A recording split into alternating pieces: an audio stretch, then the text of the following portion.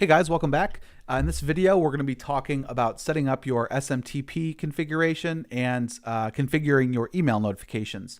So I do want to say before we go into this that you don't have to use our notification system here.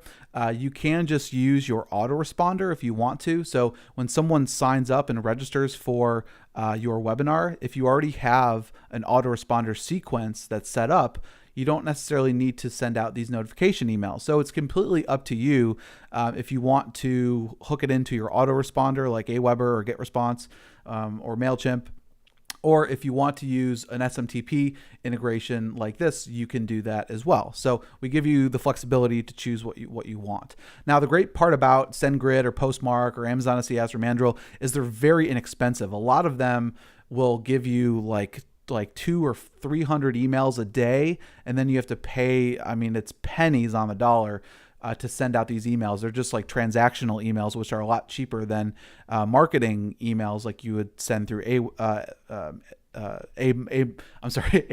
or GetResponse. Okay, so what you're going to do is there's tutorials on each of the different SMTP services out there.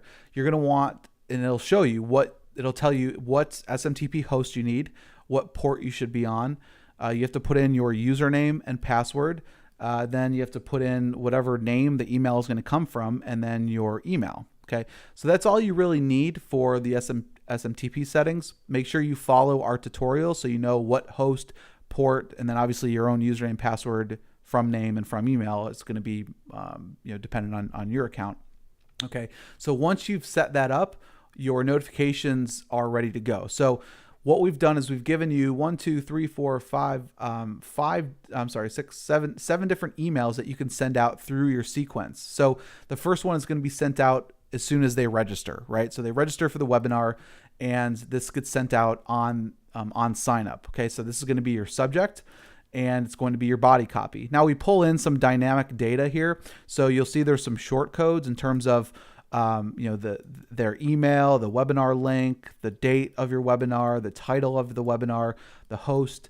All you need to do is put in one of these short codes, and it will populate dynamically based on whatever date you put or whatever the title of the webinar is. So you can use our template if you want to, or you can completely configure it yourself.